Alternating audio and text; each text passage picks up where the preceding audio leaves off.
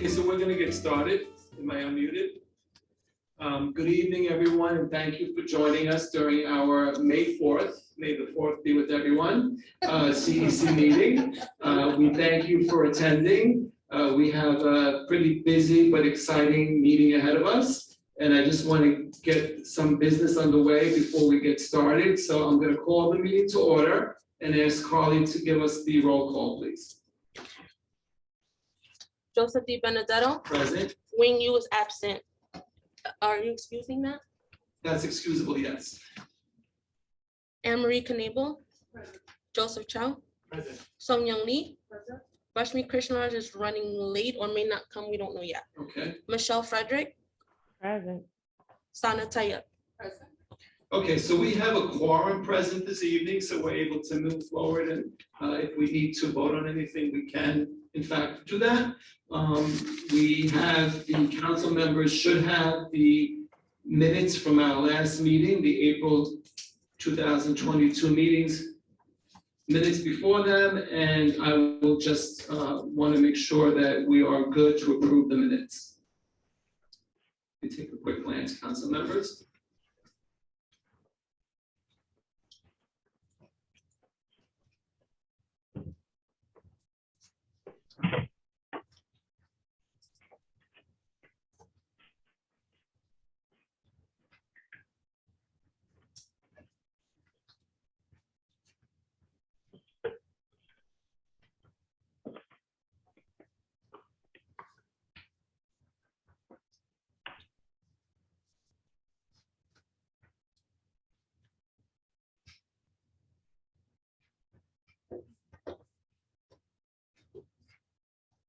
So what I'm going to do is, do we have an understanding that the April minutes are approved, or does anyone have any requested changes?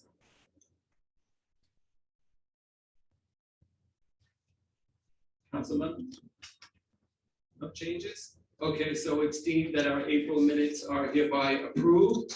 I know that we had a couple of applications in for our open seats on the CEC. I will deal with that later on during our meeting, and we will run another vote and hopefully come to terms and agreeing on a new member. We'll do that a little later. For those of you who are in the public and you understand that we allow public speaking time limited to 2 minutes at the end of our meeting. So if you're here remotely and you'd like to comment, I would just ask that you put your name in the chat and we will take note of it and we'll give you the opportunity to speak during the public speaking time. For those that are here, if you would like to speak, please put your name on the list at the entrance to this meeting room. Okay, so before I move on with some of my comments, I have the pleasure of Senator Liu's office is being here and Council Member Sandra Ung's office. So from Senator Liu, we have Sujin Choi, and she would like to give us a brief, make some brief comments, and then I'll introduce Shane Miller. I'm doing this as a courtesy to our elected officials, and I understand and I appreciate that they have representatives coming here this evening, so I'll let them begin with their comments. Shane, Sujin, are you here? Yes, I'm here. Yeah. Okay. Good evening, everyone. I'm Sujin from Senator John Liu's office. Senator Liu couldn't be here tonight, but he would like to congratulate all the tenured teachers. And I have some one quick announcement. In celebration of Asian American and Pacific Islander Heritage Month, our office will hold the 2nd annual AAPI Fun Run. The event will take place on May 15 at 9 a.m. on Joe Michaels Miles in Bayside. Runners have to pre-register.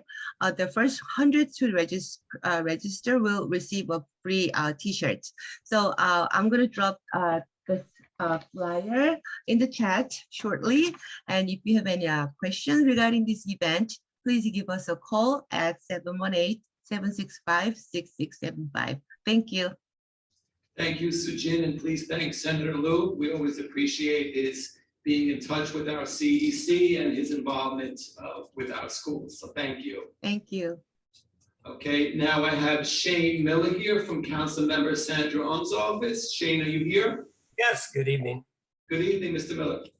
So, thanks for letting me speak. All I really wanted to hop on and say is since the councilwoman took office, she's been really focused on bringing legal services, free legal services to the district. So if you know a parent at your school or a neighbor who needs some help with some legal advice, they should definitely reach out to our office. On Wednesdays, we have an immigration lawyer who also speaks Mandarin. And then other times we have lawyers who can help with housing, immigration, or government benefits, and they speak all sorts of languages. It's free, but you need an appointment. So I will drop the information into the chat, how you can set up an appointment to meet with a lawyer for some free legal advice. And one other thing, we're going to have a family fun day, May 14th. It's free. Everybody should come out. And that's pretty much it. The councilwoman thanks all the CEC members for their time, what they do for the students and the schools in the district. And I know you have a busy meeting, so I'll let you get on with it. Thank you. Thank you, Shane. And also please thank Councilwoman Sandra Ung. We look forward to working with her. I've met her at a couple of functions and we appreciate her involvement with the CEC as well. So please convey our thank yous. Okay, so to the community, I just want you to understand that we have something new that is going to be happening in our community. We have Chancellor Banks has issued a finalized plan for community engagement in the superintendent hiring process, which means that they asked for community engagement for the selection of the superintendent candidates. So they've asked that each CEC throughout the city hold virtual CEC-led town halls where members of the community will meet with the proposed final candidates and provide feedback, which can be used during the C-37 consultation process. So the Chancellor's office is excited to offer this deeper level of engagement to the communities, and we as a CEC then have to meet with the public to introduce you to our candidates. So they didn't give us much notice on the timing. I was to provide them with 2 dates for the town halls, and between May 11th and May 20th. And we've selected either May 11th or May 18th as a virtual meeting. They're both on Wednesday, and we're waiting for the DOE to let us know when the candidates can make it and if they can use the other date to conduct the town hall. So I just want to advise the community that we will be advised after May 6th of the confirmed town hall date. They will give us the final superintendent candidates for our district. And we will then move to have our town hall, we'll notify the community, and we look forward to the community's engagement. The CEC will have the opportunity to ask 3 questions to the candidates. So we will be asking for some community feedback on the questions. And when the time comes, we will meet and ask the candidates the same questions, okay? So I'm just wanting to give the community notice of this town hall. The C-37 consultation is supposed to happen between May 23rd, I believe it is, and June 3rd. So that is not something that the community engages in, but we look forward to your cooperation and your attending our town hall once we can finalize that date. Okay, so moving on, I'm going to introduce you to our first, to our Superintendent Danielle Domingo, who will then introduce us to the presentation regarding the AAPI Heritage Month, Asian Americans, Contributions to American History. And I present you now, Superintendent Danielle Domingo.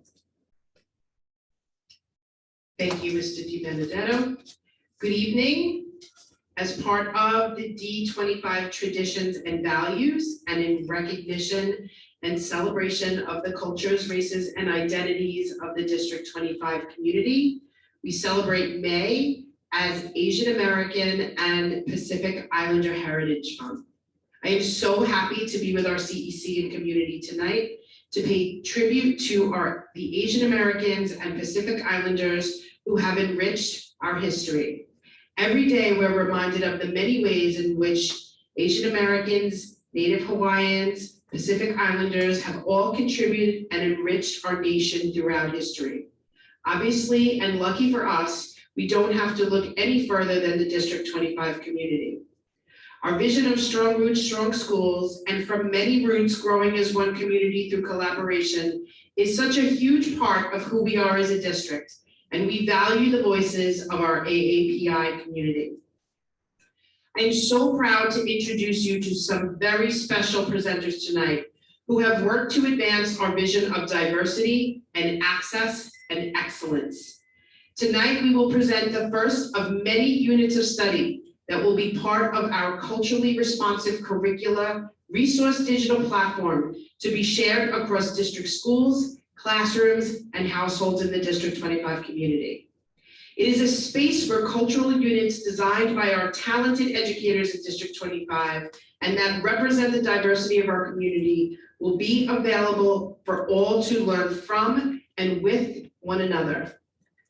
Tonight, I would like to introduce a team of amazing leaders and educators who have worked to create a unit on Korean culture that they will be presenting to you this evening. Before I do, I want to recognize and thank Christine Colligan. Christine is a parent coordinator at Junior High School 189, and she actively supports parents across this community. She is also a leader within the Korean American Parents Association of Greater New York. She is a partner in this work with us, and I want to thank her for her commitment to our district schools, students, and families. I would like to thank the amazing teachers from PS32 Korean Dual Language Program who worked tirelessly on this endeavor under the leadership of Principal Deborah Arrigo. These teachers are Sarah Kim, Anna Han, Chelsea Kim, Sarah Cho, Kieran Park, and Jennifer Choi. I would also like to recognize and thank Juhee Lee, the director of the Korean Education Center of the Korean Consulate and the Korean Consulate for their financial and administrative support of this project. And at this time, I would like to call up our teachers from PS32.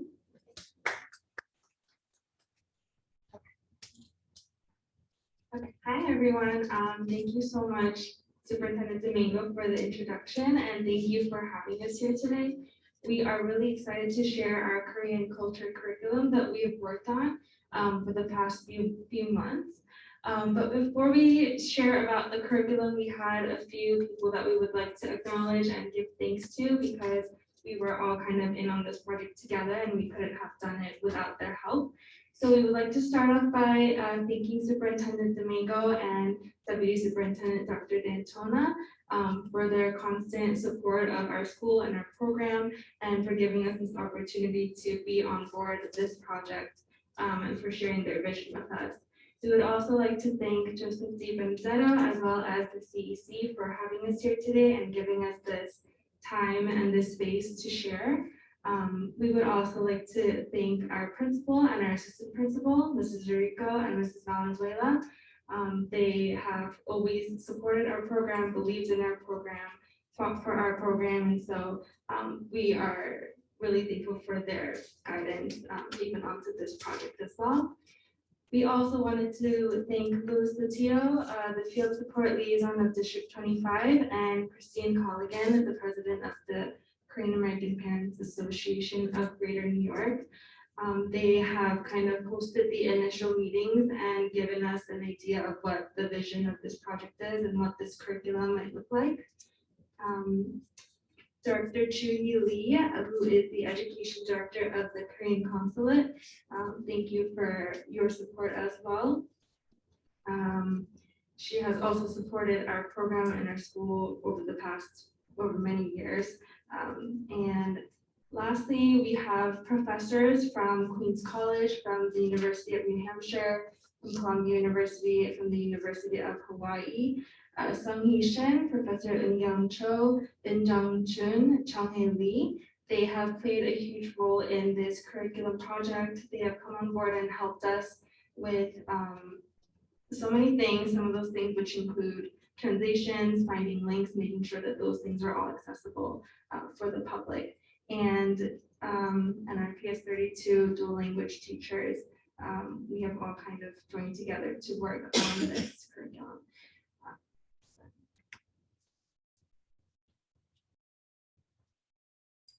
So the purpose of our curriculum is for it to be a resource that aims to help educators working with elementary students in the United States understand Korea and its cultural traditions, and help their understanding plug it into their existing curriculum. So we felt that this curriculum, we were very proud of it because we feel that it aligns with and adds on to the culturally responsive focus that our district has. And we feel that it kind of also provides opportunities for students to have equity and access into learning. So we just want to share this portion, which is that the United States is a country of immigrants. And while immigrants' rich cultural traditions and contributions have been well documented and emphasized in education in general, there's limited information on the Asian culture that is made available to students.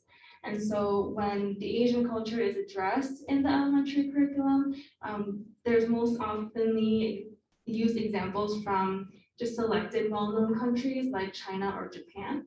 And so we feel that this curriculum could benefit teachers who might want to incorporate the Korean culture into their curriculum, whether it be for specifically Korean students or other students who may have had similar experiences. And we felt that this was such a timely way to present this curriculum in light of it being May and the start of the AAPI Heritage Month.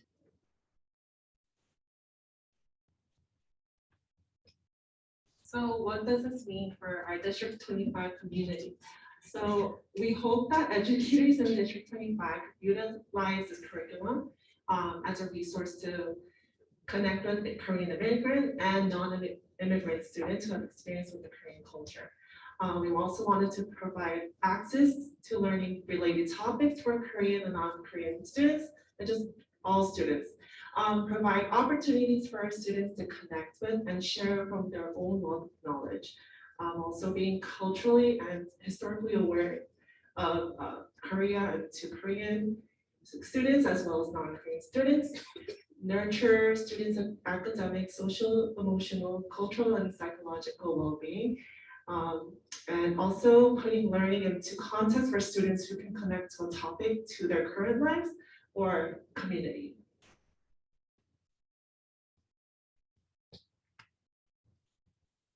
So at this time, we would like to share the table of content, kind of like a gist of our format. So this is the first page of our table of content. We broke it down to 5 topics. The first topic being Korean holidays, second topic being Korean customs and history, the third one being Korean art, and fourth being Korean literature, and lastly, Korean food. So these are the 5 major topics that we thought would teach children the culture of Korea. And each topic has different lessons, and each lesson is labeled in green here for topic 1. So for example, I'm gonna go into lesson 5, Children's Day, because tomorrow is actually Korean Children's Day and it's the 100th anniversary.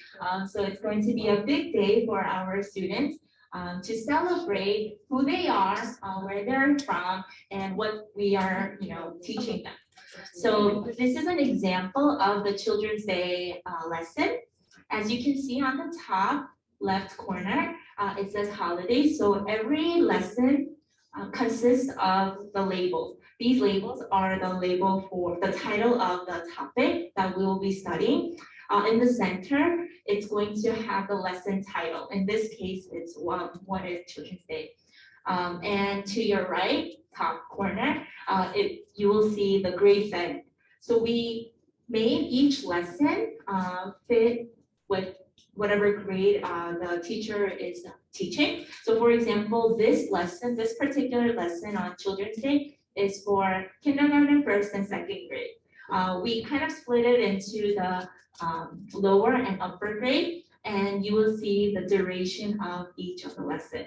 Each of the lesson plan has the overview where the teacher would read it and before she or he launches the lesson. And then you'll see the prior learning, the teaching point, vocabulary, activities, resources, and extension to each of the lesson. So for this particular holiday, Children's Day, we have two separate lessons. One is for K to 2, and the other one is for 3 to 5. So just like we have mentioned, tomorrow is May 5th. Just like a lot of us know that tomorrow is Cinco de Mayo. It is also an important holiday in Korea where it is Children's Day. And I will go more in detail. I will show you the K to 2 band. And I'll read the overview. Children's Day is celebrated on May 5th in South Korea. It originated in the 1920s when there was less concern for children's rights and their happiness. During this time, Dr. Bang Jong-hwan, a children's writer, noticed this and worked hard to create a positive change in children's lives.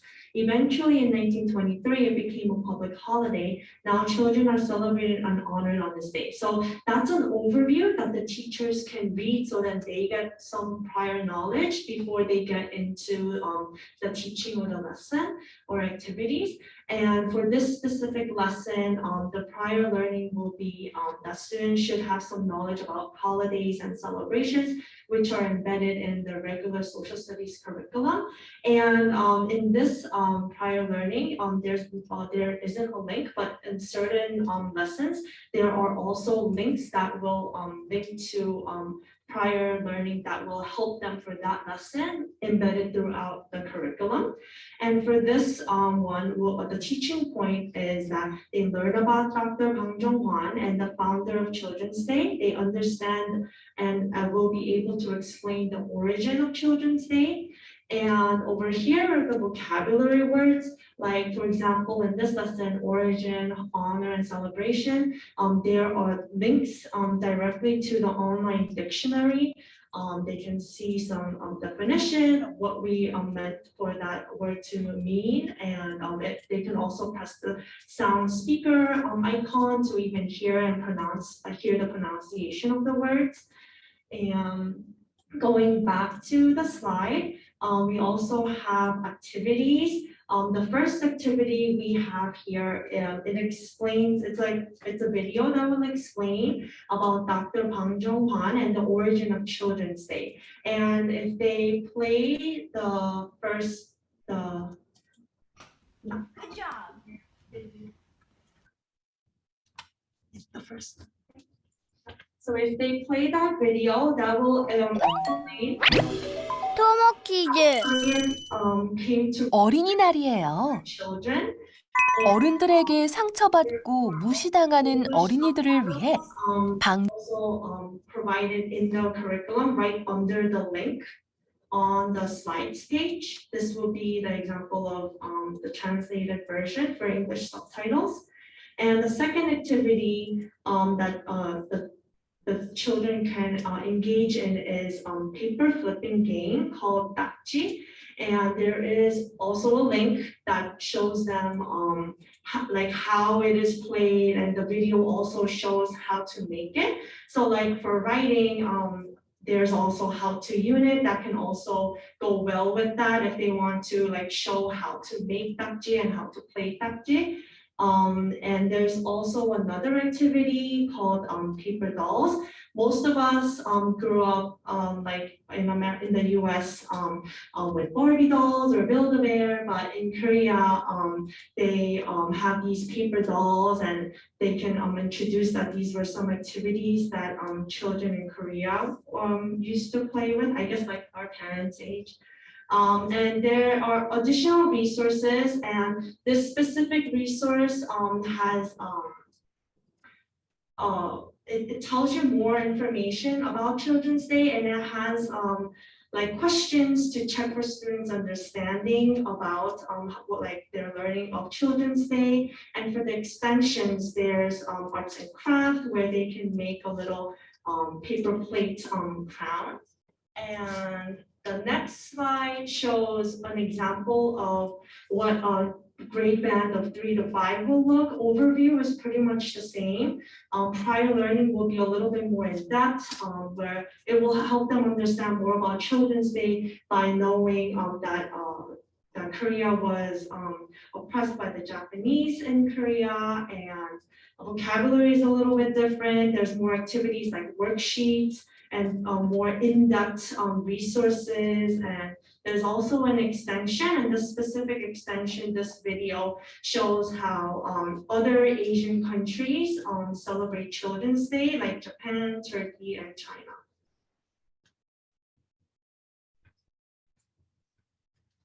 So as you can see, this is still a work in progress.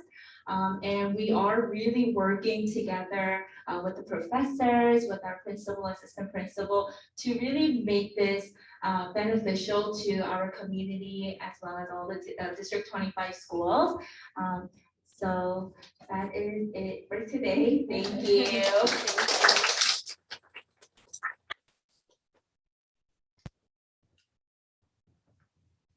I want to say thank you so much, ladies. For those of you who have never written curriculum, it is a tremendous, tremendous, tremendous job. I want to thank you so much for the work that you do for our children, for honoring the Korean dual language program and the Korean culture, for sharing your knowledge with our community. I appreciate all of the hard work. It is amazing. And what we will be sending out to the community, as we say, your unit is going to be the first unit added to our cultural platform. So I want to say thank you. And one of the things that we will do is it will be controlled by you and constantly a work in progress and able to change as you guys see fit, as you come, across new resources. But I do recognize the tremendous amount of work that you put into this. I am honored and proud to have you here today. Thank you so very much. And thank you to everyone that you worked with. Please, on behalf of District 25, extend our thanks. These are really resourceful topics. And I love the whole idea of Children's Day. I learned something new. What a best way, and the beliefs and value of District 25 to honor our children tomorrow. So thank you guys so much. Thank you. Yes, thank you. And on behalf of the CEC, we congratulate you and we thank you very much. And we really appreciate your presentation, as well as the superintendent. She commented, not only do I need now to remember May 5th as Cinco de Mayo, but also as Happy Children's Day in the Korean community. So Happy Children's Day to everyone in the Korean community. Thank you again. So I just wanted the public to know that we have a council member, Wing Yu, who's not here. She's the new chair for Diversity, Inclusion, and Equity Committee. And she was also going to make a presentation this evening regarding American Asian contributions to American history. Unfortunately, she could not be here this evening. So we look forward to hearing about her presentation at a later date. And we hope that she's well. Okay, so that was the portion regarding our AAPI Heritage Month, and I'm going to give you back now. Okay, she's going to give a report, and then we'll move forward with the rest of our meeting. Thank you once again, Mr. Di Benedetto. And I do want to say congratulations to Wendy. I know that she couldn't be here today, but Wendy's resource will also be part of our platform. You know, one of the things that we just love is sharing in the curriculum work with our parent leaders and our parents. And we just appreciate all the work that Wendy put into her presentation. We can't wait to see it. So we say an extra thank you to Wendy. And you know, one of the things that I have learned just in terms of especially the hard work of our dual language programs, and we have our Korean dual language teachers here. We also have Chinese dual language and Spanish dual language, and we're actually going to follow the model that these amazing teachers have created. So we continue to build resources across all of the cultures that are represented in District 25. So it is going to take some time, but we're really excited for that work. And we also welcome community outreach, you know, and community input and community willingness to participate in this work with us. And as I said, we're also starting a unit of study with our President of President's Council, Francis Gonzalez, around bringing the heroes, just heroes from across our country. So we're really, really excited about this work. Okay. Carly, do you have my, or is Louis going to be running my presentation? Louis, you doing it or me? We're doing tenure, right? Yeah, no, we're doing my report now. We do tenure. And so while we're waiting, I would say, I'm really excited for our 10-year celebration tonight. And I'm very happy to celebrate all of our teachers who received tenure in the past year up until this date. You know, I will say, and I've said it again, there is no better teacher than teachers in District 25, period. So I'm honored to be here with all of you tonight to celebrate in your tenure. No disrespect. So I am also honored and excited to wish all of our teachers a happy Teacher Appreciation Week. We thank you guys today and every day. So for all of our teachers who are here, thank you. Thank you for the work that you do. Thank you for the work that you've done for our students during the pandemic. Thank you for always being willing and ready to learn and being there to support the growth of our students across District 25. So, all right, Louis, next slide.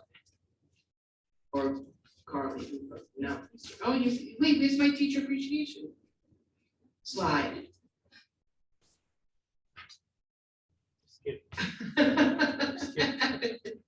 All right, we'll get it up. I don't. You didn't add it to the deck online. Where'd you put it? Put it on the paper in front of you? I love this. I worked hard on this one. I did this myself, teachers. It's going on. Where is it? Where is it? It's on my computer. I need it to be there. That's very important to me. We'll get it up soon. All right, but I'll continue while we're working on it.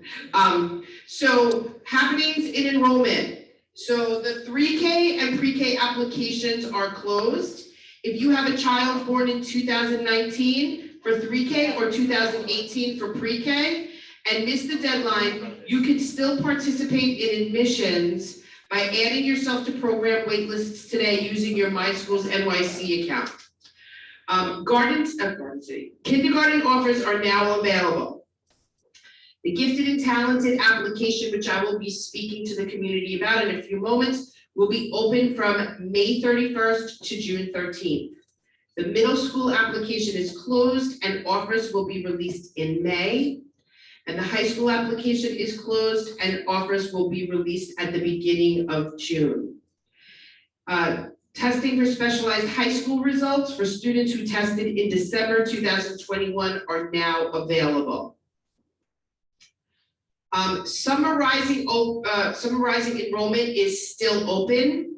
All District 25 Summer Rising sites have reached enrollment capacity limits and are no longer available, but parents are welcome to apply to other open sites across the city.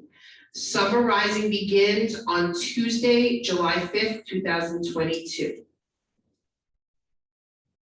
School COVID-19 policy updates. Continued COVID-19 home test kit distribution. As cases rises again across New York City, we will continue to provide every student with 4 COVID-19 home test kits each week until further notice. 2 tests are for use on your child and 2 are for a family member to use. Please use these tests every week, at least 5 days apart, unless experiencing symptoms of COVID-19. If there is a classroom exposure, your child will still receive 2 test kits and a notification letter from the Situation Room, and would then receive 2 more test kits during the week.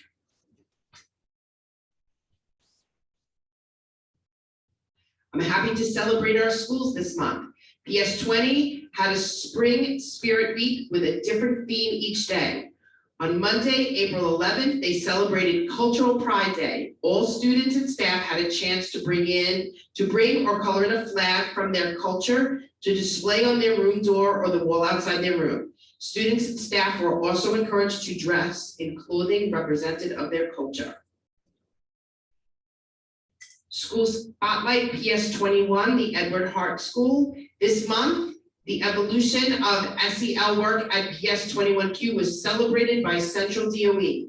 Students start their days with singing, affirmation stations, calming corners, and by expressing themselves through the arts. Students created their own mood meter selfies to show different ways they may feel during these emotions, while also using mood meters throughout the day, which are on student desks. We also want to highlight the school charter, in which every classroom and a whole school support that helps enhance school climate and community through establishing common goals and a shared vision for classrooms. PS 130. Student council and class representatives chose a social justice issue aligned to our Civics for All curriculum. Students wanted to raise money for victims of the war in the Ukraine. On April 13th, all students and some families engaged in a walk for peace around the playground. The school raised $1,681 to donate. Congratulations, PS 130. PS 214. Parents and students in kindergarten planted flowers and decorated kindness rocks for PS 214's 2022 kindergarten. It's beautiful. You guys can walk by at any time. 214 has a beautiful display of their gardens. And our District 25 pre-K centers, families, both children that attend the D25 pre-K centers and their siblings were invited to join a family fun night to learn about planting, to paint a planter and plant seeds, aligned to our school vision of strong roots, strong schools.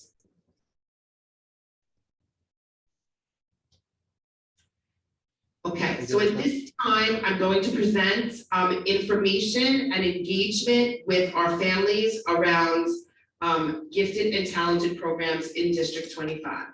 So as you have heard, there has been a lot of information given to the communities around what gifted and talented will look like in individual districts next year. So there are 2 gifted and talented pathways that we will be discussing in District 25 today. This is probably fighting about my teacher appreciation slide. Oh, there it is. Hey, there we go. Thank you, guys. Teacher appreciation week slide. I want all the teachers to know I made this, because usually Lewis makes my stuff, but I made that. That's why it got lost in translation. Thank you, PowerPoint, Lewis. nowhere near the slide deck. Okay, beautiful, very nice slide deck. Thank you, thank you. Well, I want the teachers to know how much we appreciate them. Okay, so 2 gifted and talented pathways we'll be discussing tonight.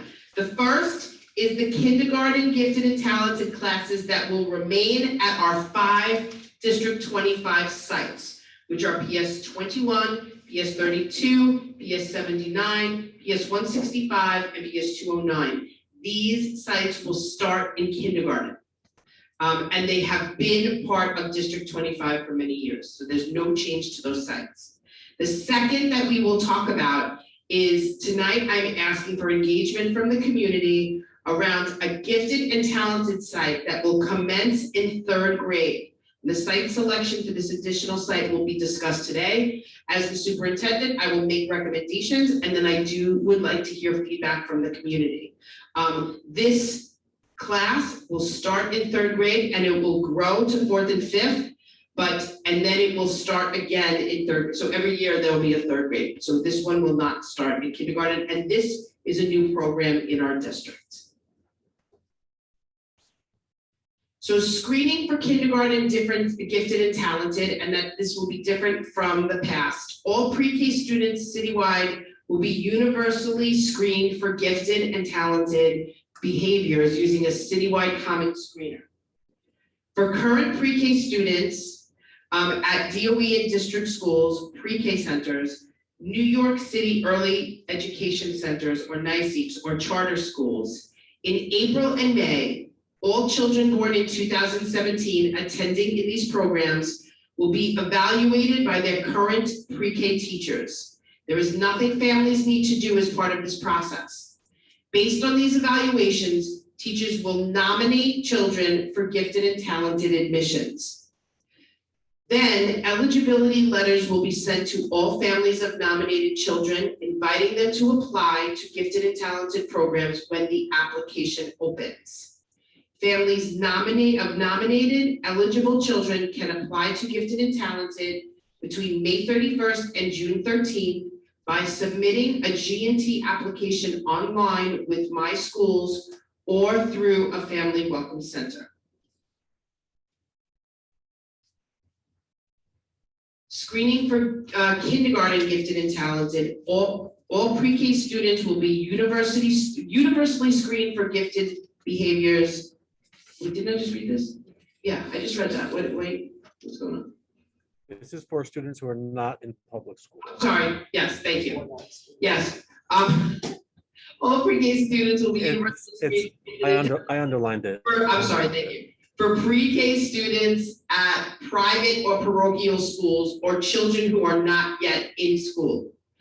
Families can apply to G&T between May 31st and June 13th by submitting a G&T application online with My Schools or through a Family Welcome Center. After the application process closes, DOE's Division of Early Childhood Education will contact applicants to set up interviews. In June and early July, interviews will take place, and based on these interviews, early childhood education experts will nominate eligible applicants for G&T admissions. That is only for current pre-K students at private parochial school programs or for children who are not yet in school. Thank you, Louis. Kindergarten G&T offers. After all applications are submitted and eligibility is determined, all eligible applicants are considered for offers. Offers are determined based on families' application choices, seat availability, and admissions priorities. All G&T programs give an admission priority to siblings of current students. Some programs also give a priority to applicants who live or attend school in a specific district. All applicants will receive a results letter in July 2022. These results may include a G&T offer and any information about waitlists. Admissions for grade 3 G&T programs. Who can participate and how? For current grade 2 students in New York City public schools, the DOE identifies the highest performing, the highest performing grade 2 students, meaning their core course grades are in the top 10% of their school, which is ELA, math, science, and social studies. The DOE then invites the families of these students to apply to grade 3 G&T programs. So this is not done at individual schools, this is done centrally through DOE. Invited families can apply to grade 3 G&T programs between May 31st and June 13th. A G&T application online with My Schools. Like place that with the both of you. Note, grade 2 students invited to participate in grade 3 G&T admissions can also apply for grade 3 seats at K-5 G&T programs. So there's two things. So we will have a grade 3 separate G&T program, but there will also, and maybe seats in our grade 3 current programs that begin in kindergarten. And parents can apply to both should they choose. For current grade 2 students in private or parochial schools, families can apply to grade 3 G&T programs between May 31st and June 13th by submitting a G&T application online with My Schools or through a family welcome center. And the DOE will then determine which private parochial school applicants qualify as eligible.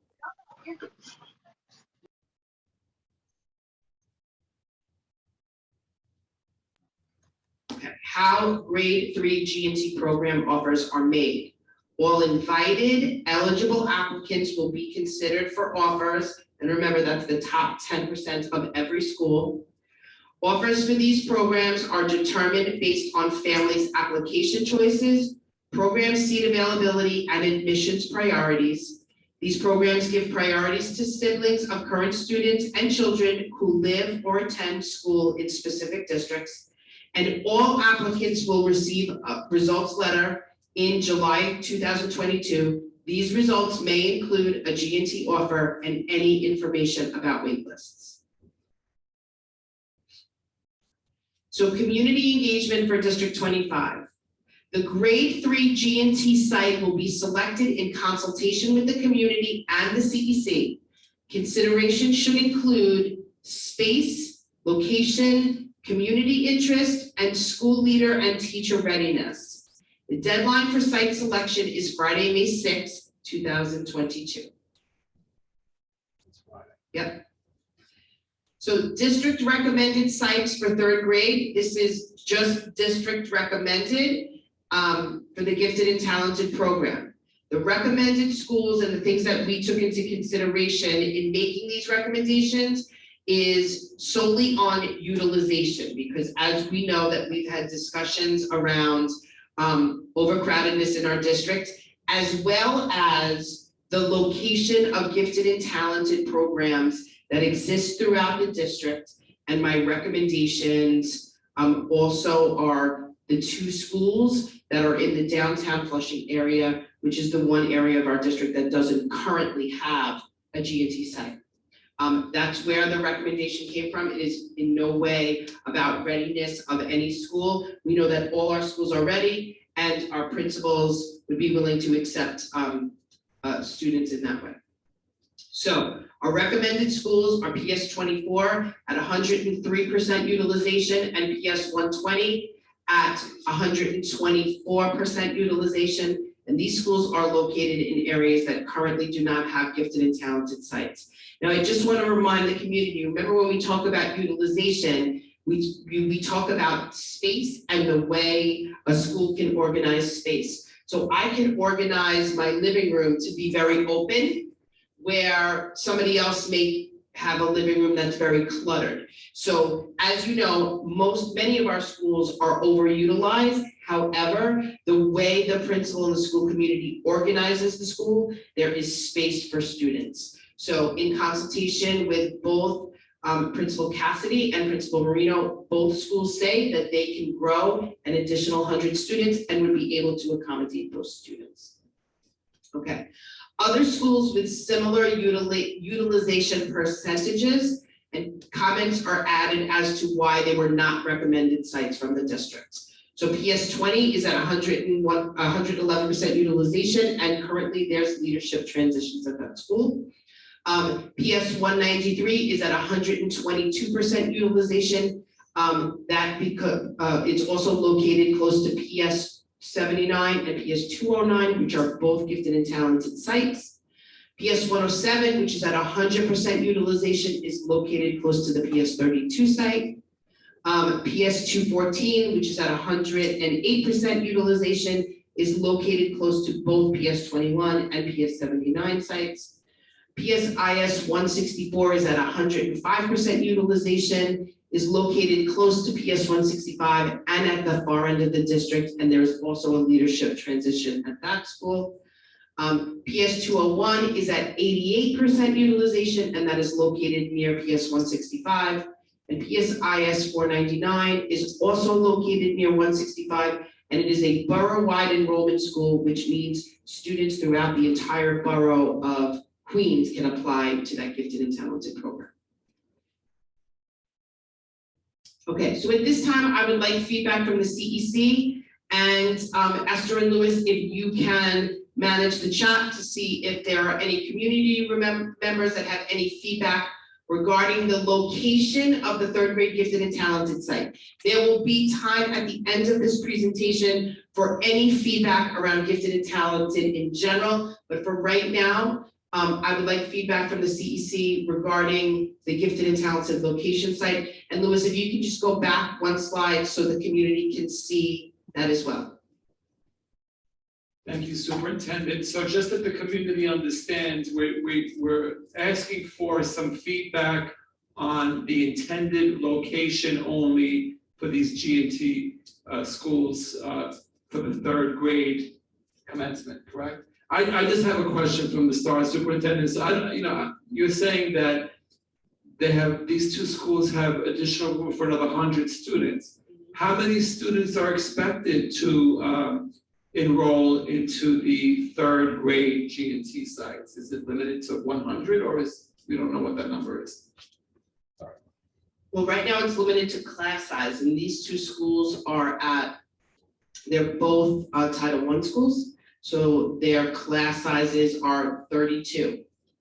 So, and remember, they're going to grow only up to 5th grade. So it would be 32, 64, 96, 96 students. Okay.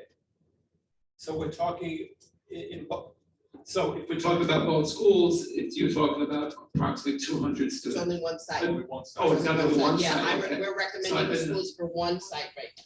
Okay, so it's gotta be limited to one school. One school. Understood. Okay, I don't know if any council members have questions. Good evening, everyone. I'm glad G&T is back. The understanding that kids going into G&T is not extra, except the third grade class or something. You're talking about the third grade class, right? Only the third grade class. Yes, the third grade class. So that's extra. Are you taking, let's say I'm zoned for PS17, that means, let's say I'm zoned for a school that doesn't have it. Yes. I can send my child to the new program. That makes sense. Yes, so selection for this is you take the top 10% based on student report cards in 2nd grade for every school in the district. And then the DOE, if you are in the top 10% of every school, will send letters to families saying that they are welcome to apply to the G&T program. If they apply to the G&T program, they go into a lottery and the selection will be for that site that we select.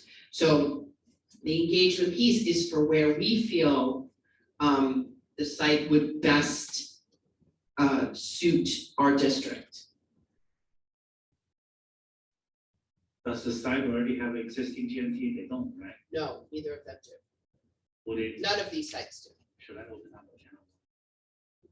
Okay, so now would it make sense then for them to start kindergarten G&T in the school? Because same student just put in the different classes so that they will have both. So in 2 years or 3 years, it'll be easier for you.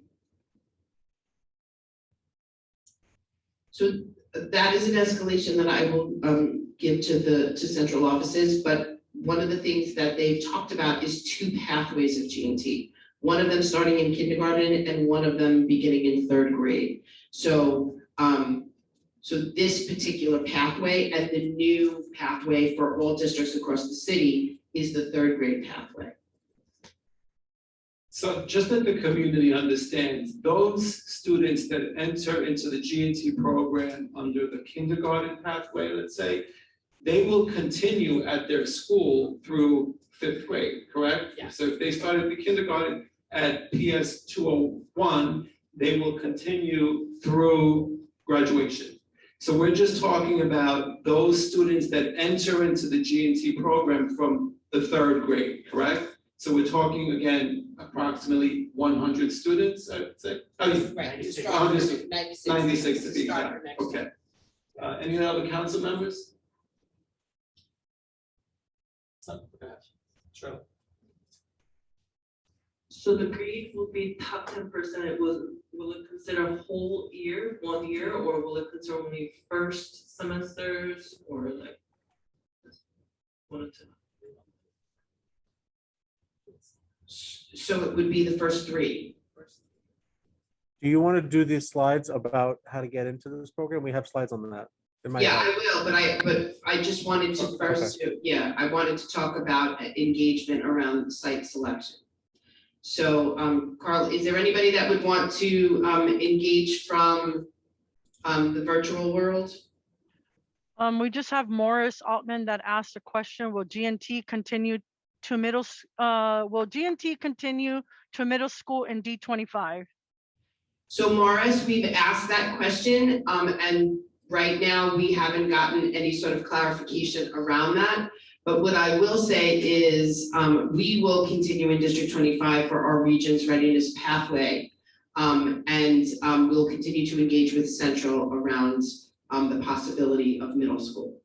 Next, I have Principal Cassidy. I'm available anytime you would like me to speak about our school and GNT. Sorry, it's not a question, but it's a statement. Right, so I see Principal Cassidy would, yeah. Yes, good evening, everyone. Thank you for this opportunity to speak about PS24. We are excited with the prospect of becoming a GNT site beginning in 3rd grade. We believe that we can serve our community. There are several schools that feed into us starting in 4th grade, including 244, which is about half a mile away from our school, and 242, which is less than 2 miles away. Additionally, we're very close to PS20, which is less than 1 mile away. And 120 is a little bit more than 1 mile away. We believe we have the capacity to grow the program. We're very fortunate to have had a building extension, brand new building extension that opened in 2018. We have several open classrooms, and we would be honored to be selected to be the site. We also have specialty rooms that would also develop children's interest and their abilities to do things besides academics. And we think that every child is gifted in some way. So thank you for this opportunity to speak. Thank you, Principal Cassidy. Always a pleasure to see you. And I want to tell the other council members in the community. So I've been to the opening of PS24. It's a beautiful, wonderful school. I believe that they would be able to provide the resources because they're state of the art. And I think that might be a good selection, but I'd like to hear more from other council members or the community of what their opinion is. And I kind of agree with the district in as much as we don't have GNT programs in that end of our district, so it would be a wonderful place to add on a GNT site. Does anyone else have anything that they'd like to contribute? I have another comment. Eden Rubinstein. I have been inside PS24, and I would highly recommend that that be the choice for the 3rd grade pathway. Thank you, Eden. And that's it for the comment section for right now. Okay, and Sunny has a question? Yeah, just a quick question. As you know, there are some schools that's in our constructions to expand the sites. For example, PS 169 with the Bell Academy, they're building a new building. Will that school be also considered to be candidate for the site? So not necessarily for next year, because this is the first program, but one of the things that we did ask is if we would be able to expand the program, because I did mention what you had said, and that is up for discussion. But because the construction will not be finished at 169, it's one of the reasons why we did not recommend it per se. So I just want to add on to that, Superintendent. So we're talking about for the first year, we need to choose one of these recommended schools, but in subsequent years, we can add on to it, or is it going to be just limited to that new school? So we haven't gotten clarification to add on to it, but they haven't necessarily, they didn't say no. But what we do know is for next year that there will be one third grade site. And I will point something out. These are the district recommended sites, but people could recommend other sites. I stopped at 124% utilization. All the other schools in District 25 are large. They have higher utilization rates. So, and are considered overutilized. Remember, anything over 100 is considered overutilized. So, this was the district recommended sites, but anybody can comment on any other school in the district. Thank you, Superintendent. Does anyone else have any comments or questions?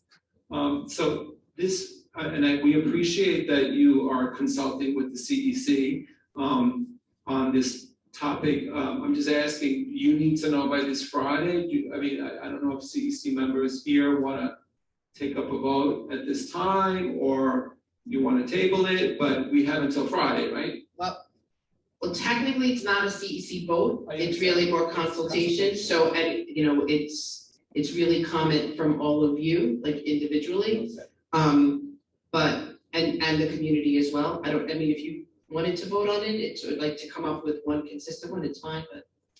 I'm willing to entertain that. I'm not sure if the community has any other feedback. I understand it's not CEC's position, but opinion, it's not our decision, but we appreciate that you are even consulting with us. But I would suggest that we do unless anyone else has a recommendation for another school other than PS 24, PS 120, I'd suggest that we take a quick vote now, so unless anybody in the public has some comments or additional recommendations. I can't see the chat, so There's nothing in the chat as of right now. I'll continue to monitor it. Okay, so why don't we just run a quick, we're gonna do a show of hands, or you wanna do, well, we're just gonna, as a recommendation on council of what we would like the district to choose as a additional gifted and talented site for the third grade admissions for the 2022-23 school year, correct? So since we have some council members that are here remotely, why don't we just do a roll call vote? We could either say PS 24 or PS 120. Or any other school if they have any recommendations. If you PS 24 or PS 120 or any other school, right? Okay. Joseph Di Benedetto. So I would opt for PS 24. Anne Marie Knable. Sorry. PS 24. Joseph Joe. I'm looking at where it is before I make a decision. So I believe PS 24 is located off of Kissena. You want to explain where it's located? It's on Holly Avenue, off of Main Street. Here. I looked it up already. PS 24. Sonia Lee, Shirley. She could go. Oh, okay. Sorry, I just wrote rather with the paper. It's not personal. I'll pick PS 24 as well. Okay. Michelle Frederick. PS 24. Okay. Asana. PS 24. Okay, so everyone. So Superintendent, it looks like, the opinion of this council would be to add on to PS 24. We look forward to hearing about it. Thank you. You also have 3 people on the chat. PS 24, Jamie, Amanda, and Lynn Yeet, all for PS 24 in the chat. Thank you, everyone. Thank you for your engagement. Thank you. Thank you, Sue. Appreciate it. Okay, so the last part of Description of G&T admissions is what I had discussed earlier, which is our first pathway, which are our 5 schools that already house G&T programs. If there are available seats in 1st grade, 2nd grade, 3rd grade, here is the admissions process that will start in fall 2022. Interested families with children entering grades 1, 2, or 3 can apply this spring to enter G&T programs in the fall of 2022. You apply between May 31st and June 13th by submitting a G&T application online with My Schools or through a Family Welcome Center. Eligibility will be determined after families apply. More information on eligibility for children in these grades will be available soon, but it will be very similar to what we talked about in terms of the 3rd grade process, where the DOE will look at individual children's grades. How grade 1 to 3 G&T offers will be made for students entering grades 1, 2, or 3 in the fall of 2022. Offers for eligible applicants will be determined based on families' application choices, program seat availability, and admissions priorities.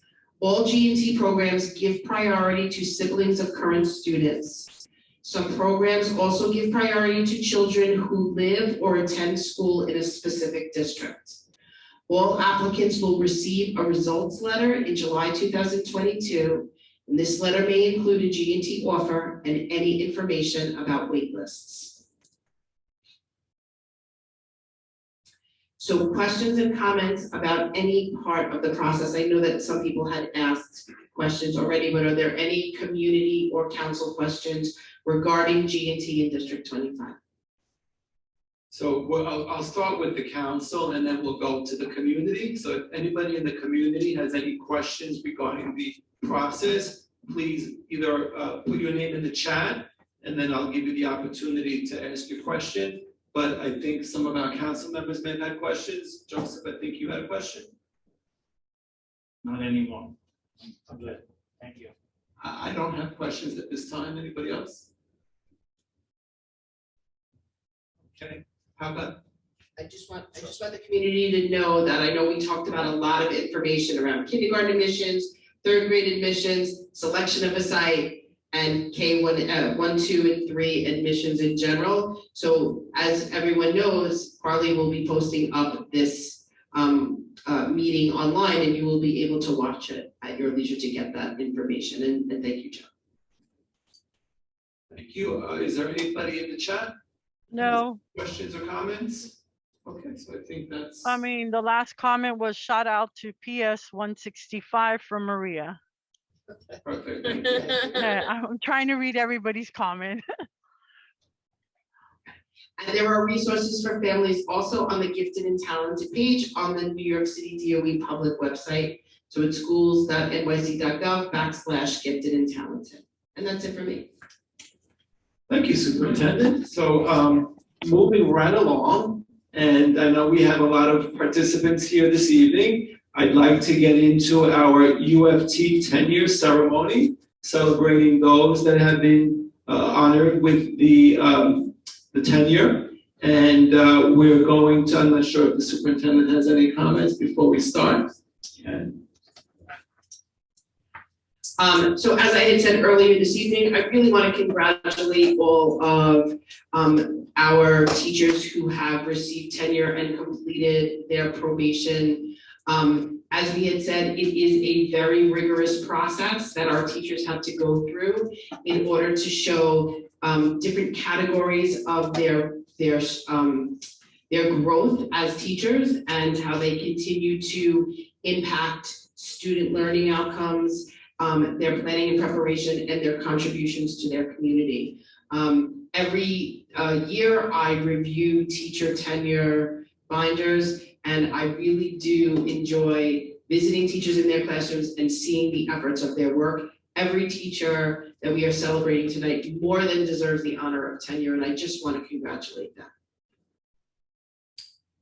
Exactly. So why don't we get started? We have a wonderful slide that was prepared by the district office, so we thank you. We thank the UFT for bringing the attention on the tenure, and I'm going to And I have think- Superintendent come I back think- on before we get started with the names. And I think, something else, I'm sorry. and I think I know that we Lamar say wants to teacher, speak. you know, because we do work in consultation with UFT, but we also work in consultation with CSA. So there are principals and assistant principals who have also received tenure. So thank you, everyone.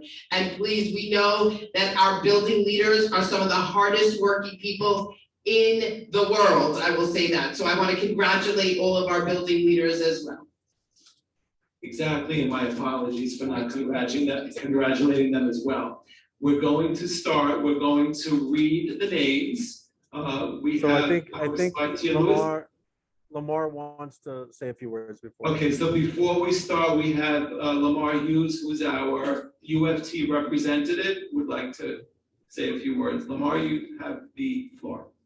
Hi, everyone. Good evening. Good evening, everyone. Hope you're all doing well. My name is Lamar Hughes. I'm the UFT representative for District 25.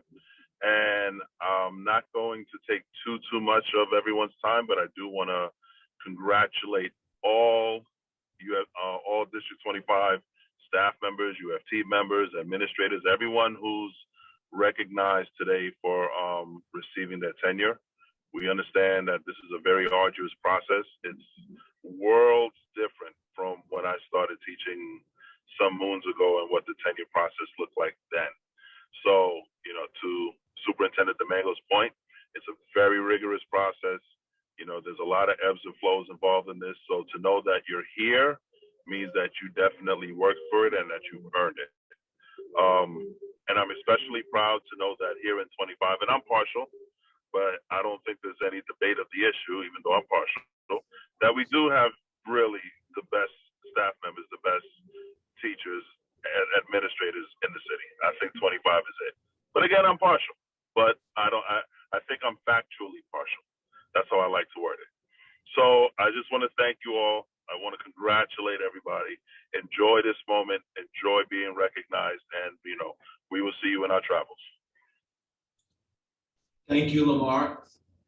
Okay, so what we're going to do is we're going to bring on the slides, and then we will call out those who have received tenure. And I'm going to start. Congratulations to Maria Capelong, Maria Andriani, Ginny Chin, Yan Ling Gao, and Sarah Marie Rizzo from PS 20. Then we have Lucy Quirindongo, Sang-Chan Park, and Wanting Guan from PS 21.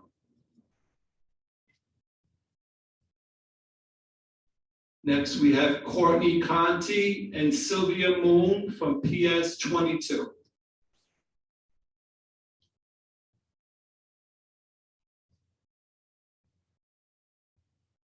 And from PS 24, we have Bonnie Singh, Jeffrey Yu, Esther An, and I'm going to pass the mic to Shirley.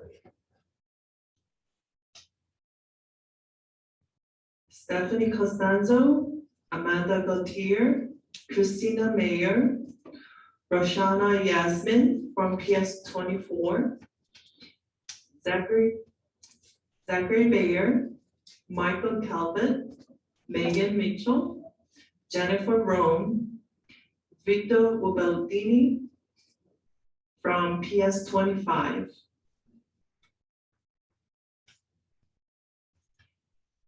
Suzanne Patrick Luckmiller, Alyssa Noto from PS 29.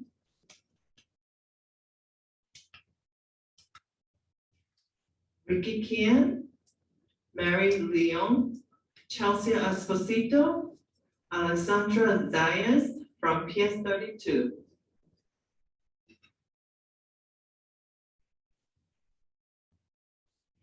Lisa Alexander, Alexis Gantolomo from PS 79, and I'm gonna pass down my mic to Sonia.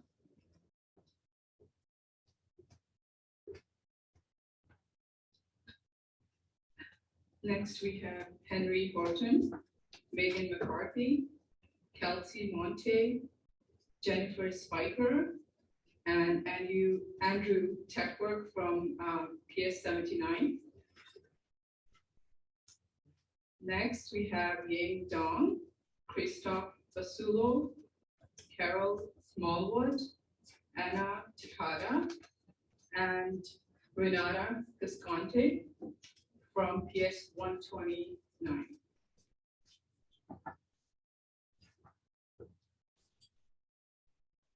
Congratulations. Next we have, oh, I read my name. Let me see. Oh, I read it from there.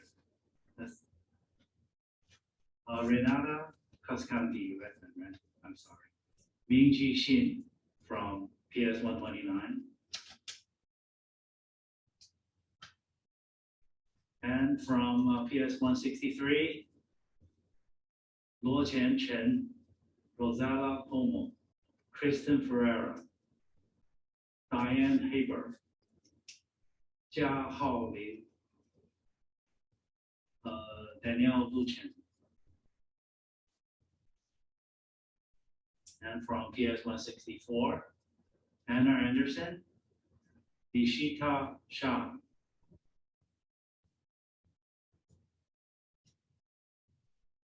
And from PS 165, Jenna Beckett, Elena Mashiev, Zhe Zhang.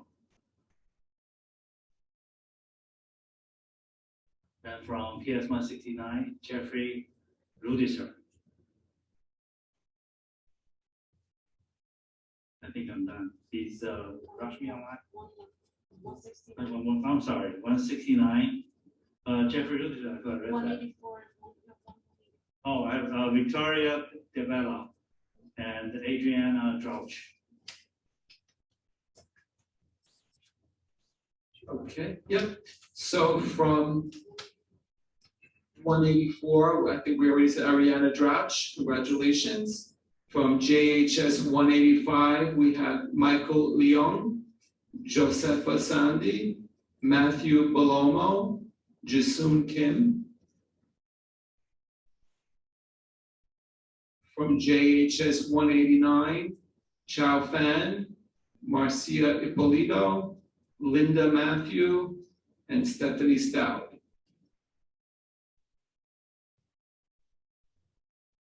From PS 193, Cassandra Alarco and Marissa Felice.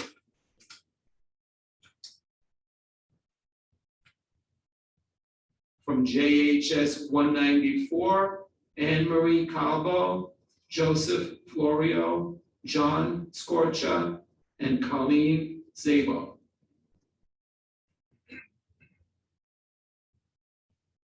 From PSMS 200, Joanna Lo Squadro, Nilofer Nav, and Kelly Summers.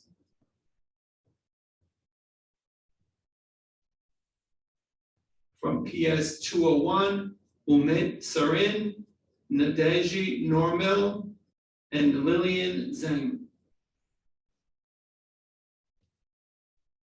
From PS 214, Danielle Campbell and Jamie Shaw.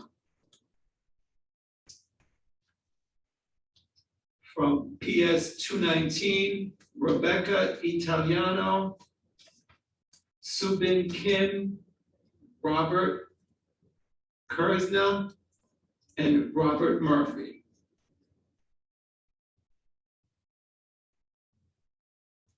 From IS 237, Martine Bellin, Yangxin Wang, Jake Letterman, Edward O'Connell, Lima Raman, Nilda Rosario, and Zinli Zhang. Oh, I'm sorry.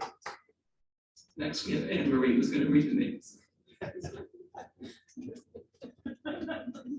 PS 242, we have Jill Pritchard and Stilianos Botinos.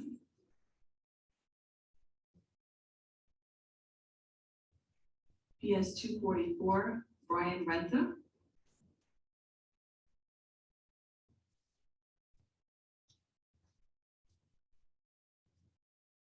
IS 250, Quentin Ja Morano.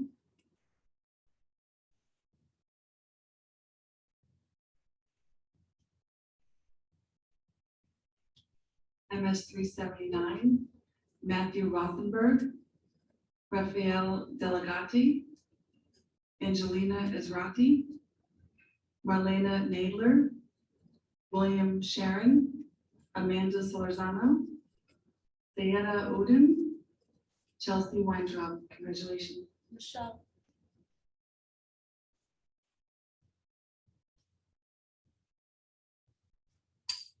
Michelle, are you there? I'm here. Okay, your turn. From PSIS 499, Maria Kalutis, David Vega. From the pre-K centers, I said those already. Lizette Baez, Amanda Geschwind, Nicole Hoffner, Garrett Liu, and Denise Reardon.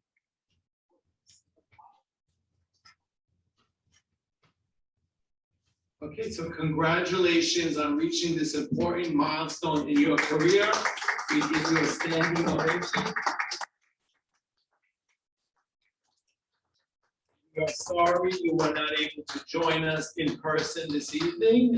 In the past, we've always had the pleasure of acknowledging you in person, but we congratulate each and every one of you. You are what make our district one of the best, and we thank you. Congratulations to everyone. Okay, so again, we congratulate everyone and we wish you the best as we celebrate your tenure. So before I get on to new business and the public speaking time, I know that at our last meeting, we had taken on the vote for a new council member as we have one opening. I know we were not able to come to an agreement. We could not get quorum on the new representative, but I do want to bring the vote on one more time in hopes that we can bring on a new council member. So what I'm going to do is we still have quorum present, right, Carly? Yeah. So if you recall, we had two wonderful candidates who applied for the open position, Eden Rubenstein and Crystal Gonzalez. They're here. I'm sorry, Carly? They're both here. I hope they're both here, but what I'd like to do is I'd like to bring a vote to see what the council members, unless anyone has any particular discussion, but I'd like to bring a vote again and see if we can come to agreement on the open seat. So Carly, what I'll ask you is to run through the roll call and we will take the opinion of the council. Each council member. Joseph D. Benedetto. So I, again, will stick with Crystal Gonzalez. That's my choice. That's Anne Marie Knable. Crystal Gonzalez.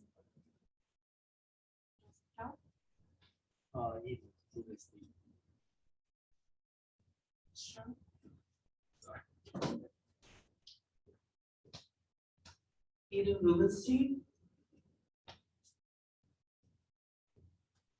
Rushman's not that.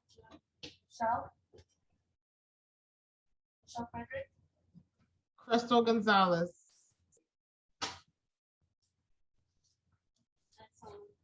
Eden Rubenstein. Is Rushman here? No, right?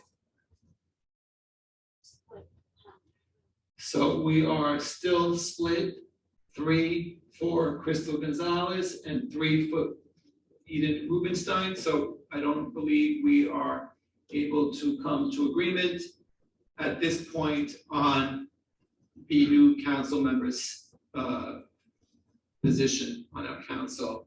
I do want to stress to both candidates that we really appreciate that you applied. We are trying to make this happen. We've asked the borough president to hopefully appoint whoever applied for the borough president appointee seat, because we have 2 seats coming that way, and we're hoping that we can come to an agreement at one point on an added seat. So I am sorry that we are not able to come to agreement on the new candidate, and I will discuss with the other council members and hopefully bring the vote on at our next month's meeting. Other than that, I know we already spoke about the town hall. We also want the community to know that we will announce the Big Apple nominee at our next month's meeting. We need to talk about during our business meeting what's going to happen on the agenda for our June meeting, which is our final meeting of the school year.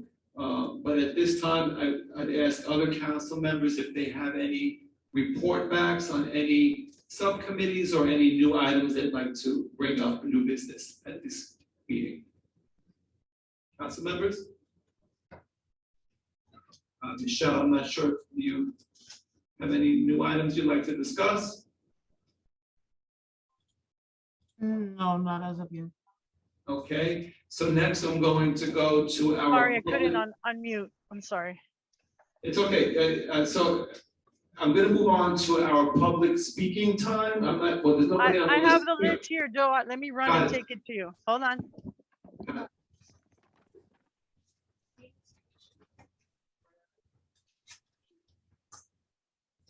So I'm going to wait to receive the list, and then we will give the public 2 minutes. The list is coming in like the Olympic torch right now. Thank you, Esther. Thank you, Louis. Okay. Got it. Okay. So the first person that signed up is Venus Ketchum. Venus, are you here? I am here. You know it. Pleasure to see you. How are you? You can't see me because I'm running in and out of the car, picking my son up. Your name. You see me? I see your name and I hear you. Yes, it's baseball season. My son is a sophomore at Bayside High School, just got invited up to varsity baseball as a catcher. Congratulations, that's wonderful. And I'm not saying that to brag about him. I'm just saying, if anybody that knows baseball, it's a 6-day-a-week commitment, either practices or games. So I just wanted to say good evening. I wanted to introduce myself. I'm again always inspired by your meeting. I had prepared some particular points that you touched on throughout the evening. Again, congratulations to all the educators as a fellow educator for going on now 18 years. I know your hard work and commitment. I definitely want to encourage the young teachers to attend CEC meetings. It's such a uplifter and an empower, not only for parents, but for teachers as well, to get to know your superintendent, to feel comfortable around your district leadership, to hear about new initiatives and policies. So definitely as an employee, as an educator, come back again, come every few months when you can. Now that it's on Zoom, it's, more easily accessible for our teachers who live out in different parts of the city and the state. So definitely come back to the CEC meeting. I wanted to get clear because I just recently visited School District 31, which is Staten Island, and then School District 32, which is the mystery school district in Brooklyn that kind of broke off from School District 23. I don't know if anybody's familiar with the School Colors podcast, but they talk about Ocean Hill, Brownsville, mayoral control and community control of the school system. And they talk about District 23 and District 32 that kind of broke off from District 23. So while visiting them, I got reignited about why I attend all of these CECs from District 23 in Brooklyn, 24 in Queens, all of the districts in Queens, and District 31 and now District 32 is to educate and empower parents, to encourage parents to sign their name up to speak, to come to these meetings and bring up your issues and concerns. concerns and, ask your pertinent questions and get to know, your leadership, not only your administrative leadership, but your parent leaders that are here representing you. So please type your name in the chat. Even if you just want to say hello or shout out your school. I wanted to highlight PS 165. I grew up in District 25. I always forget it sometimes, but I went to PS 154, Parsons Junior High School 168, and I lived right near PS 200. PS 165, PS 201. Actually, the principal from PS 201 is the superintendent of District 32, which is so exciting and so interesting. But I wanted to highlight the Alpha program at PS 165 and bring that up during your town hall to the chancellor as a model of having G&T style programs in all of our city schools.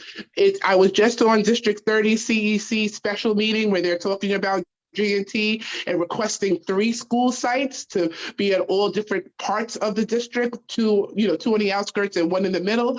But I remember when I was in G&T called IGC back in the 80s, we want to have some type of accelerated learning and enrichment programs in every one of our buildings. And it might not have to be your official G&T, but it can be a model. I believe the Alpha program was like a model. I'm not sure if it's an official G&T, do not quote me, but I know that something like that, a smaller scale version could work in all of our schools so that all of our children in every one of our buildings has opportunities for higher learning, enrichment, the trips and all of the extra, not resources, but the extra curriculum that goes into teaching G&T students. I also want to bring up the point for your town hall that with this new format of selecting, I don't like teacher selection because I feel like kids like my son who was skipped a grade from pre-K to kindergarten, who may have some behavioral issues or be 2E, twice exceptional, may get left out of even being recommended because that kind of leaves it up to the teacher's personality and the teacher's preference to nominate a child, even if they're in the top 10%. Because if there's a competition between one kid or the other, the teacher might go with their favorite. So I want parents to make sure that they start having these conversations at CECs about what that teacher selection process is going to look like. I do agree that teachers should recommend, but I don't think that should be the only way that children gain access into that program. So I want to shout out District 25. I want to request some data about some of your struggling schools. I never really hear about PS 201. I actually used to work for a police athletic league in the baseball field right over by 201. So I'm very familiar with the Pominock area. I would love to hear, the history and growth of that school. I'd also love to hear about RFK inside of QSI. I think it's middle school 250 is the number, but I know it's RFK inside of QSI building across the street from the high school. I would love to hear about how that school is doing, as well as some of your underperforming schools. I love that we spotlight the great things that are happening in your great schools, but I would love to hear how we can transfer that to more of your challenge schools. But my whole speech is encouraging other parents to speak up and prepare and have questions like me, and don't be shy and reach out to your SLT and come back to the CEC. Thank you, everybody. I know I went over my minutes. Thank you so much for the It's okay, Venus. Listen, we appreciate your passion. I admire your passion, and I would advise the community members and parents in the community, understand, we represent the parents in the community. So you are so right when you say, if you have any issues or questions, bring it up to us, right? Bring it to us. I think Superintendent wants to say something about one of your comments or questions. Good evening, Ms. Ketchum. How are you? I'm so good. Thank you. So what I would say to you, PS 201 is a magnet school with an amazing leader, Mr. Seren, and he was on here today because he was celebrated as earning his tenure as a principal.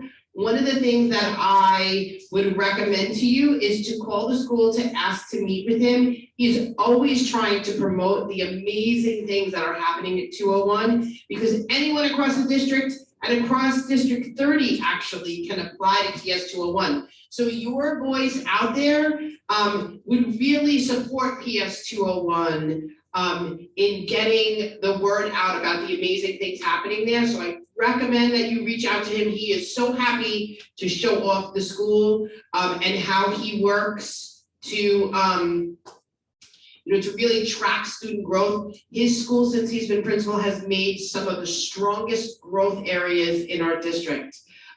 So absolutely reach out to him. And the same at 250, you should reach out to Principal Merwig. She too is a magnet school in connection with District 28. So when you're at District 28 schools, recommend that they apply to IS 250. But absolutely meet with her. You're a wonderful parent leader and a cheerleader for District 25. So I will let those principals know that you may be reaching out, and thank you. Thank you, Superintendent. Next, I'm not sure, I think Deborah Cassidy already spoke, unless you had something else that you wanted to, Principal Cassidy, are you there? Did you want to say something else? No, I spoke already. Thank you so much. Thank you, Principal Cassidy. Next, we have Valerie Chapetta. Are you here? Yes, hi. Okay, thank you. It's never a dull moment here. Hi, everyone. My name is Valerie Chiappetta. I am a parent of 2 students at PSIS 499, and we have a contingent here from 499 on the call. There are some questions that we have in regards to a very urgent need for an after-school program at our school. And as a community within the school, we're trying to gather resources and guidance from the CEC about how we can go about getting an after-school program initiated at our school for all grade levels. Today, we have an after-school program that is only for the junior high school group, but we have hundreds of parents that need after-school programs that really have struggled this year to really get a program where we can send kids. We need to figure out a way to escalate this process so that we can have an after-school program established before next September. So as parents, we can plan appropriately. Coming out of the pandemic, we're all super stressed about how to do something like this. And now that the kids are in school, they're happy and they want to be there.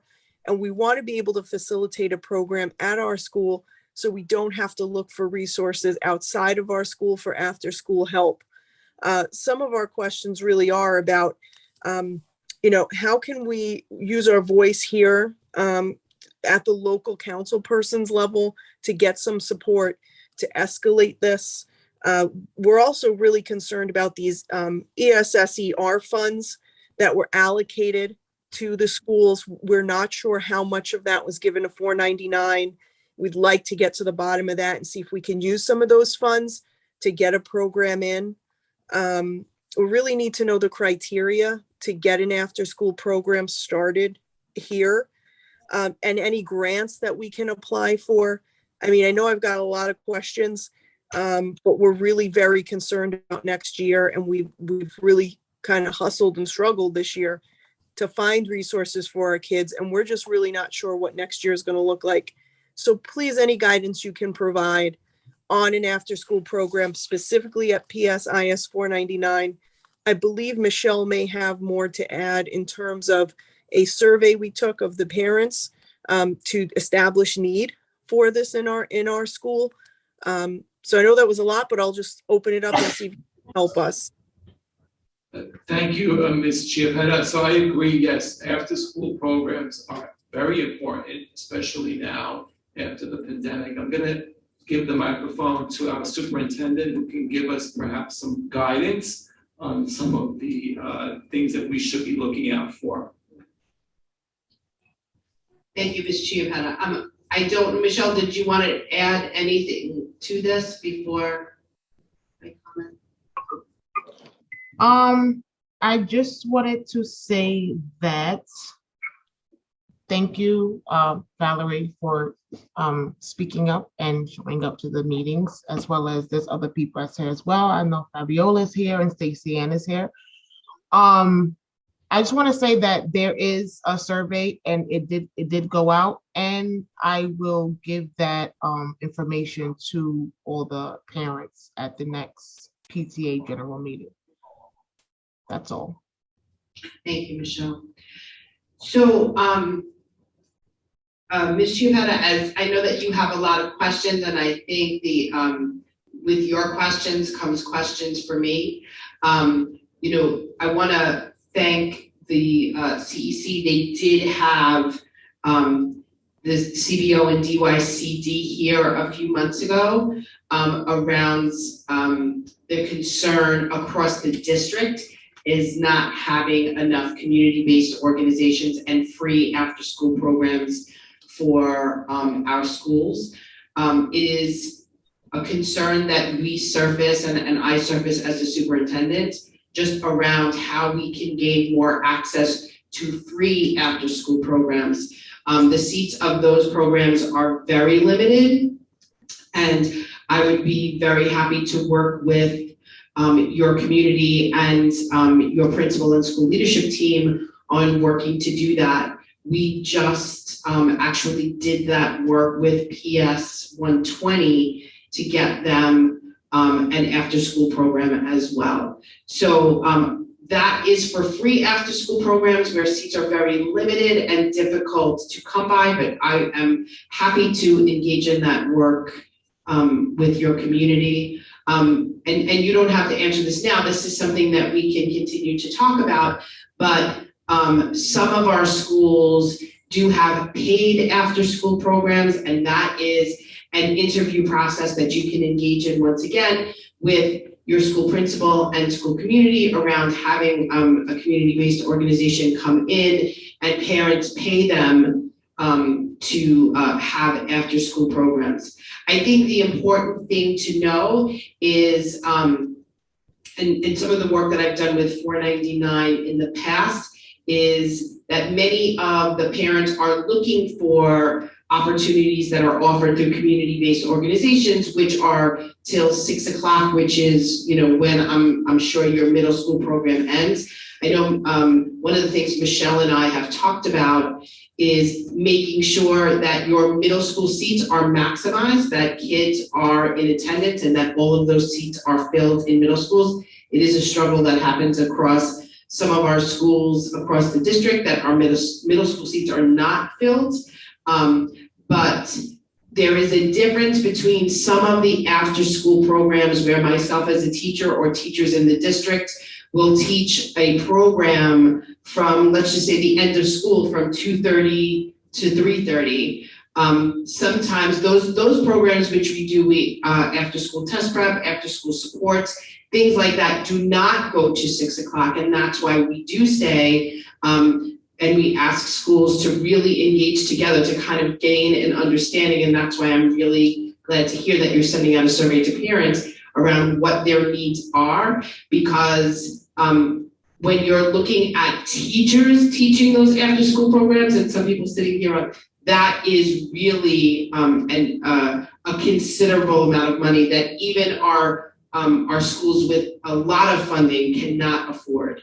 So it's really about, are we looking for after-school programs that is run by this, our teachers, such as CHAMPS or other types of after-school programs that will only last an hour, or are we looking for that extended day? I think that's the place to start the conversation. So I look forward to hearing from what the needs of the parents are and where they're saying that they believe they want to start the process. And then we can begin engaging and doing outreach to outside organizations and local elected officials to see what we need. A lot of our local elected officials, once again, offer after-school supports with local arts organizations like Flushing Town Hall and Poppy Music, but those are very small and limited, same as a teacher, to about an hour and a half after school. So it really does depend upon the needs of parents. No, yeah, thank you so much. And I'll add to that to say that we actually, we have a great program with Queens Community House. My older son is in the program and really, really enjoys it. It is until about 5:30, I think, not even 6 o'clock. But it's super helpful and it's enriching. He gets to spend time with the kids after school in a more social environment. It's been really, really healthy. So I think if we're able to have like Queens Community House continue with us, whether it's for a minimal fee or a free service, but to service the entire community of all grade levels, it would make a huge difference. We have tons of siblings in the school, as I'm sure you understand. So, you know, keeping the kids together and picking up at one time, obviously, you know, we've got something established there. We'd like to continue with it. So we can absolutely take the conversation offline. I will definitely reach out to you, and we can have more conversations offline. Thank you, Valerie. So I'm also curious as to the survey. I'd like to see it also, and maybe we can invite some of our elected officials and try to get them to help contribute towards your school, because these after-school programs do exist in our district, and I'm just wondering why it's not available at your school, and if we can try to bring it there, then we will do everything we can in our power. I appreciate that. Thank you so much. Thank you. Next, I have Stacy Ann Collins. I'm not sure if it's on the same topic or if you wanted to say something. Stacy Ann, are you here? Yeah, hi everyone, how are you? How are you? So Val is she spoke a little bit about 499 and our need for an after school program. And so she will reach out to the superintendent to kind of get a little bit more information about what it is that we're looking for, along with Michelle, who's doing the survey. So I don't need to add anything additional to this conversation at this moment. Thank you, Stacy. And so we understand there's a lot of parents that are calling out for your concern and balance. So that's acknowledged. Yes. Hello. I'm Fabiola from PS 499, and yes, Val did a wonderful job representing us. But I'm just curious, and I know that we decided that we would speak offline as well. How can we incorporate this for the following school year? Because we was left running around by ourselves to figure it out. And I don't want to be in that position the following year for the next school year. So is there a way we can make this pretty much happen before we go back into the next school year to solve this problem? Did you have a community-based organization prior? Yes, before COVID hit, Queens Community House, they covered all grade levels. It was for a fee, right, but it was available to us to decide whether if it's something we wanted to do or not. But this school year that started, we was just pretty much left on our own. And it was truly uncomfortable because not only did we have to look for after school, but we also had to look for transportation to drop our kids to after school. Right. So there's a few things that I will be able to talk to you guys about offline. One of the things that's really important, and I know, so what it sounds like you're asking is for, and this is a conversation once again that I'll have with Ms. Minhas and all of you, which is you're looking for a community-based organization to come to your school. And it could be, and I don't know, I haven't done outreach to Queens Community House, to see what they can offer. But that is something that we can discuss and talk about, the availability of having an after-school program come to your school. But the one thing I think is really important for parents to know is if there is an after-school program, it does not come with transportation. Or that would be a conversation that you would have with an after-school program, but I can almost say that it most likely would not come with transportation. That would be conversations that you would have, but the DOE does not provide transportation during after-school programs. So I think that's an important piece too, but I know what you're referring to is that the students went to the Queens Community House organization and Queens Community House did not come to your school. So we can speak to, like I had said offline, about what the possibilities are. I will say free after-school programs is not impossible, but very unlikely. We've been working on PS 120 for about 4.5 years right now. So, so that's not something that we can't do together to continue to advocate for 499 to have a free after-school program. But realistically, and like I said, I was that parent too, most likely, you will not have free after-school program at 499 in September. That doesn't mean that we won't ask, of course we will, but I think it's really about engaging with the principal and all of you about different community-based organizations that you may interview that would maybe have the possibility of coming to your school to offer after-school programs. If I could just jump in, I'm sorry, Fab. If I could just jump in really quickly. I hear that you're saying, like, in terms of the free program, that takes a little bit of time. But what's the process of even entertaining a fee program to come in? Because to my understanding, that option hasn't really been explored at the school level. To allow for an outside organization to come in. I don't know what the process is, getting cleared, if they're part of DOH or if they're part of DYCD.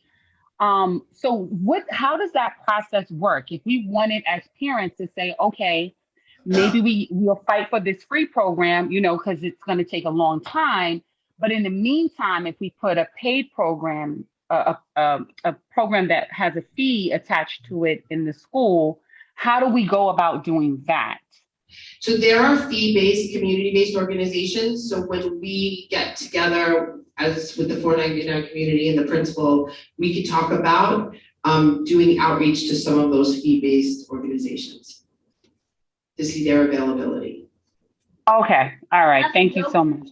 Thank you. I'm just curious, the Queens Community House in the past, when they came, did they come to your school or did they provide transportation to their location? Because the prior speaker said they had a program prior to COVID.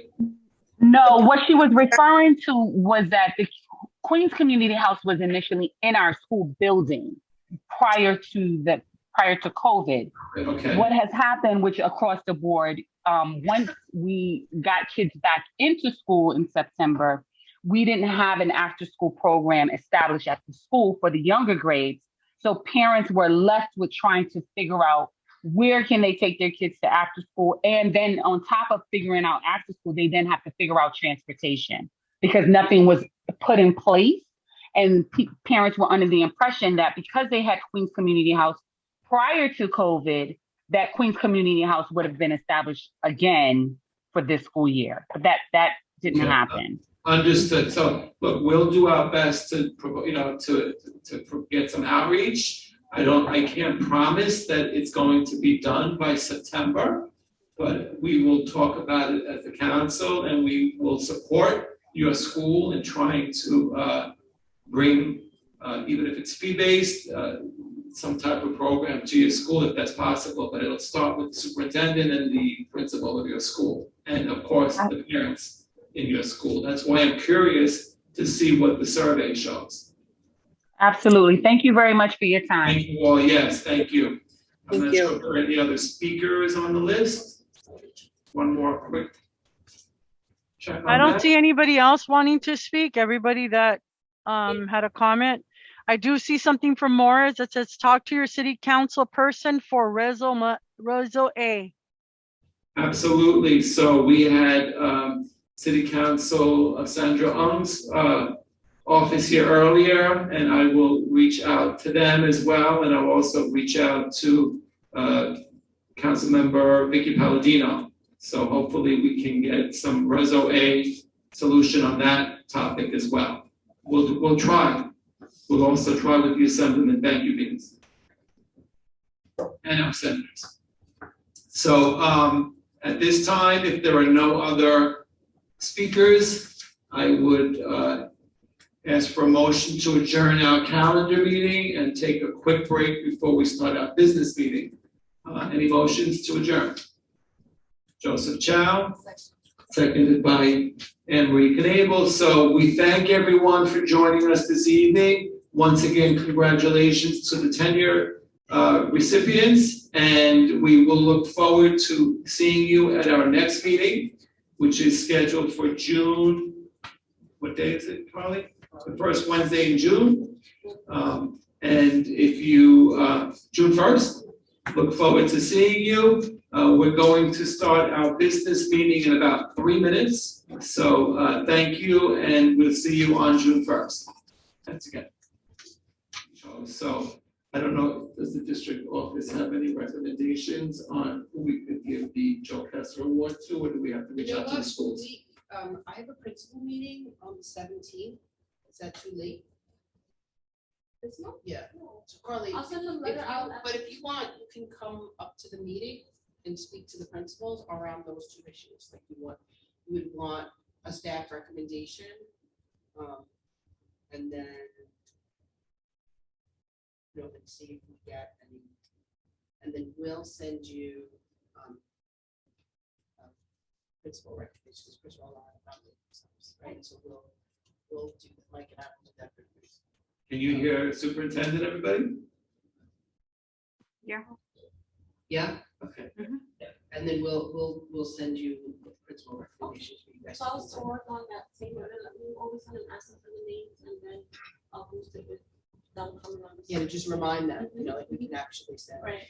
Now, are you gonna ask them to make their own slides? I think that's what you guys were talking about, that each school made their own slide. Yeah. I believe the schools made their own slide. So if first of all, is everyone in agreement that we should have the award ceremony, right? Show of hands of everyone, or if anyone is in disagreement, let me know now, right? Agree.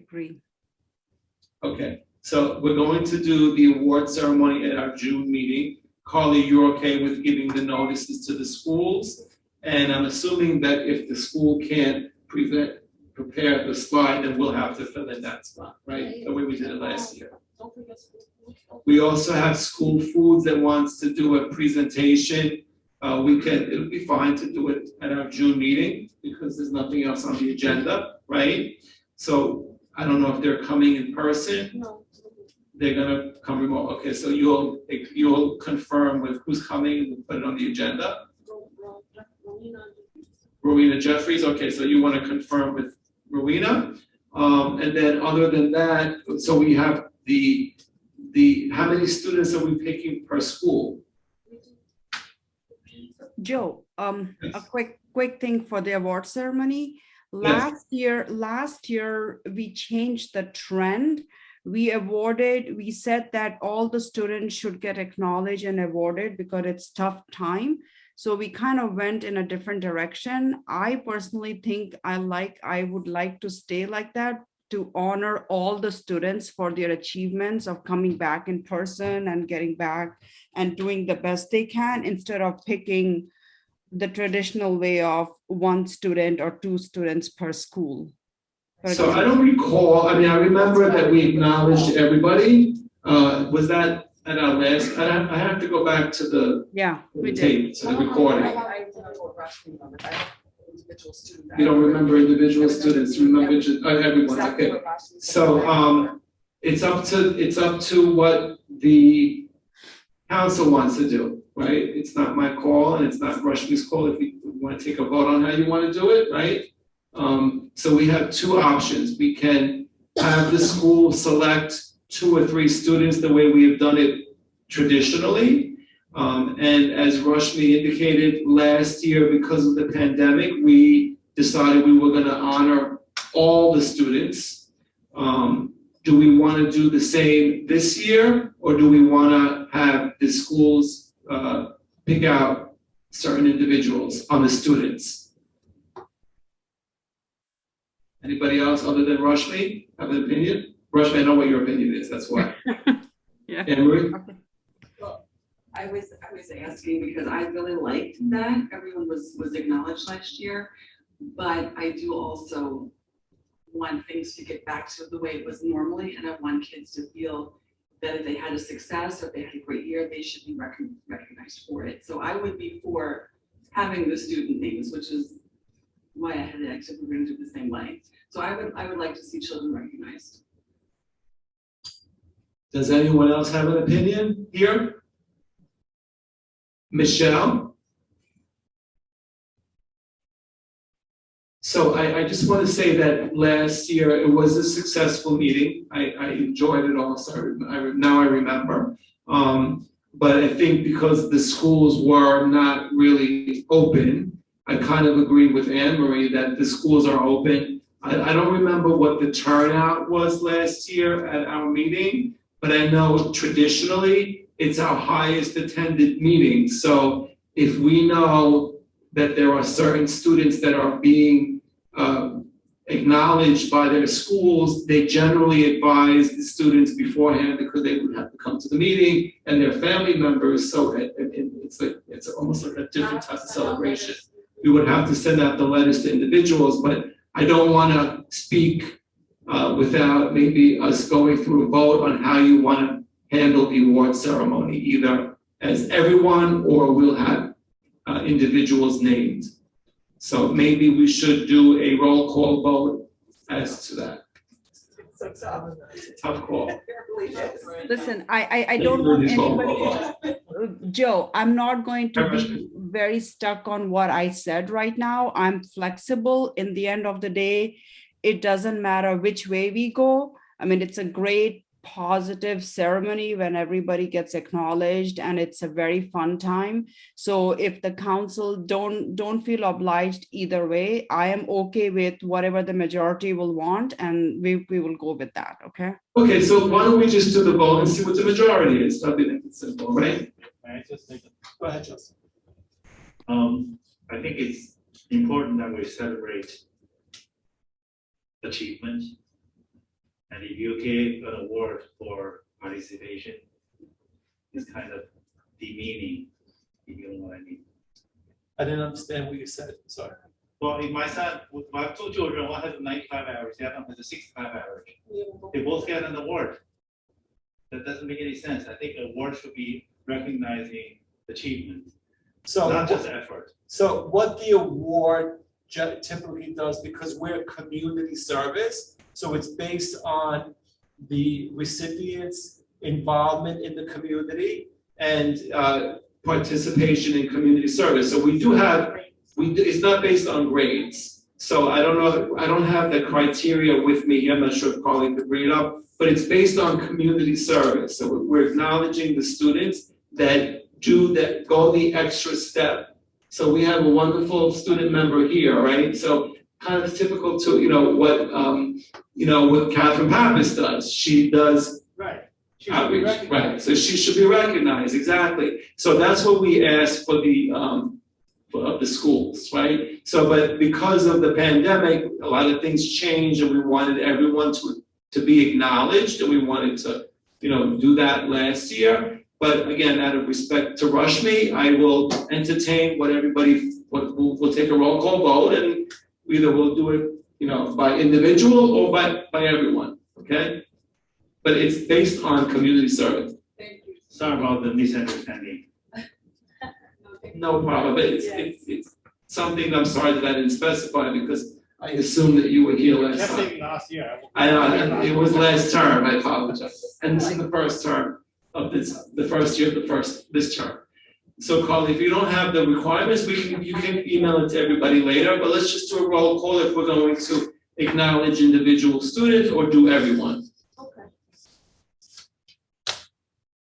All right.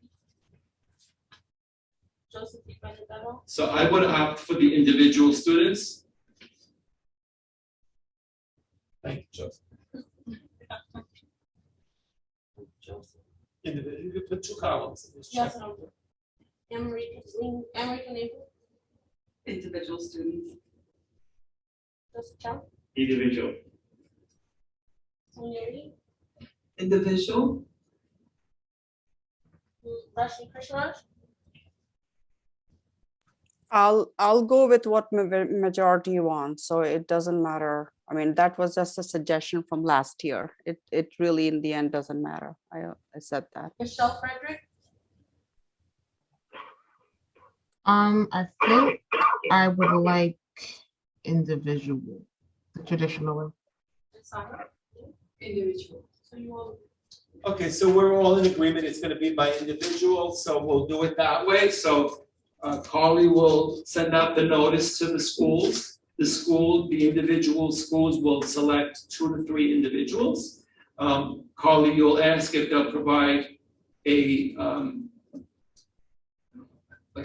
slide that we can present to the community, and if not, we will do a slide. Superintendent, if you can speak to presidents now, or you're just getting us some candidates for the Joe Kessler Award, and then we can, amongst ourselves, maybe through email, take a vote on who we want to award the Joe Kessler Award to, and then we have the Big Apple nominees, which come from what? I'll get this names, The yeah. school. Michelle, did you have a comment? No, I was looking at the. Oh, you were looking at my- Oh, I was pointing because the closed caption was saying crazy stuff for you. About It me? does. Yeah, It does. because I have to speak properly. You were talking Sorry. about what 2 seconds ago. Closed captioning. Okay, so we know what's on the agenda for next month. We know that we're going to get an email regarding this town hall on the C-37 process. I'd like to, I don't know what you guys want to do. I mean, I want to make a motion to go into executive session to discuss, I'm going to start with the administrative assistant salary. And then let's start with that motion. I'll entertain any other motions, but I'm going to start with that motion. I don't know if anyone seconds it. We have to take a vote on it. Seconded. So Joseph Chow seconds the motion. So before we go into executive session, is there anything else that we need to bring up during our business meeting? Because I want to be respectful to our public that's here. There's nothing in the chat. Okay. Joe, I do want to bring something up in the business Sure. meeting. Okay. So I'm sorry, I have to keep my camera off at this point. I was wondering, and this question is for all the council members, has anyone seen the response from the CEC Vice President on the behalf of CEC to Ms. Frances Gonzalez email dated April 8th, 9:21 a.m.? I don't know what you're talking. I don't have any specific recollection of what you're referring to. Okay. Carly There's will refresh my recollection. Rashmi, there's a series of emails from Francis. Which one are you referring to? What date? because I'm asking the council members if that means that you do have series of emails from There was Francis. emails, Michelle responded to one to her, so it was, Okay, has anybody seen those emails? So I'm gonna just start with that, Francis Gonzalez does not sit on the CEC. So I personally don't engage with Francis Gonzalez. She had an opinion that she issued to all the CEC members, and perhaps 1 or 2 members decided to respond. But like I say, Francis Gonzalez is on President's Council. She can deal with President's Council issues. She does not sit on our council, and I don't think it's something that needs to be brought up at a CEC meeting, especially during the business meeting, unless you have something that you want to bring up, Rashmi. Right, this is a business meeting, so I just wanted to understand that a reply was given to a parent outside the CEC council, and then it was signed as CEC Vice President. That speaking for all the CEC, and was that email, so did you give permission for the CEC Vice President to write on behalf of CEC? Because it was signed as CEC Vice President, and none of us have seen that email or response. So I think this is something we need to discuss during executive session. I just want to clear my own position. I forwarded all those emails. That's how Michelle was able to respond back and forth. Just saying. I covered myself here. Okay, so it's okay. I think it's something that we need to talk about during executive session. But I don't, so, you know, I know that. Okay, that's fine. our I just, state that's representative fine. not That's here. fine, Joe. I just want other members to tell on this meeting if they have seen any emails or dialogues that went between those two.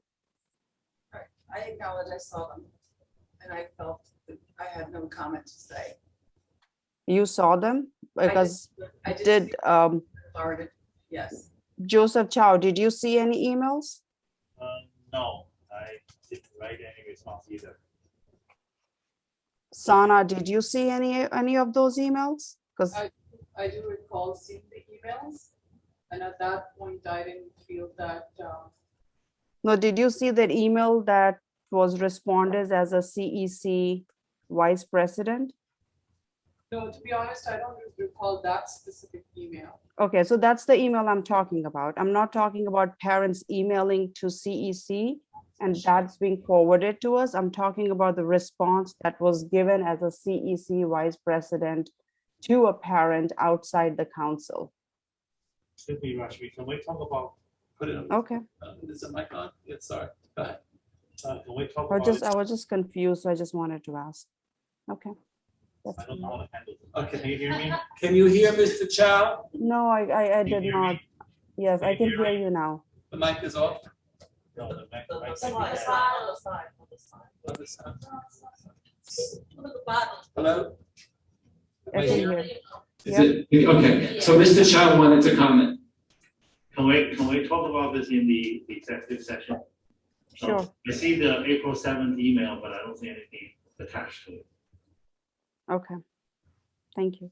So you just, I don't understand what you're saying because well, we'll talk about it during executive session, okay? Our vice president is Mr. Chow, right? So we'll discuss it during executive session. Before we go into executive session, is there any other item of new business that we need to discuss before we come back from our executive session?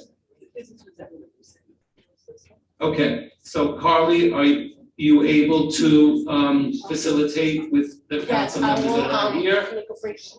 A great group, thank you. With that, I'll say goodnight.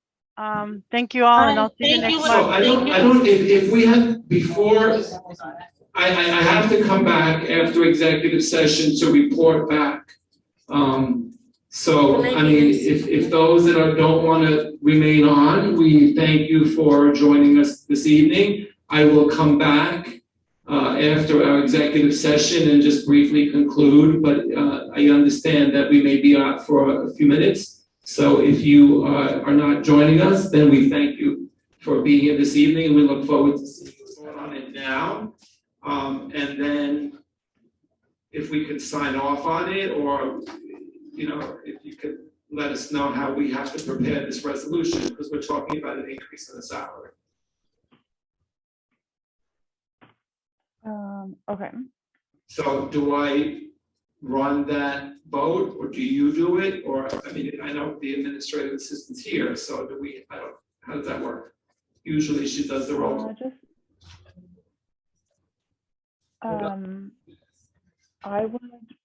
I think it's still okay for Carly to do the roll call, but Okay. if you would prefer for you to do it, that's You have fine. to. Or Okay, so we are going to bring a vote. We want to take a vote about giving Carly an increase in her salary. We also determined an amount. So do I just present it as that? yes, and then include in your motion that the amount plus fringe benefits. Okay, so I make a motion that our administrative assistant salary be increased by $18,500 with an increase in fringe benefits. So Yeah. now we have to bring that to vote, correct? Thank you, yeah. So you have to do a roll call vote. I got it. Henry, Joseph DeBenedetto, yes. when you, Anne Marie Knable, yes. Joseph Chow, Yes. Shirley, Yes.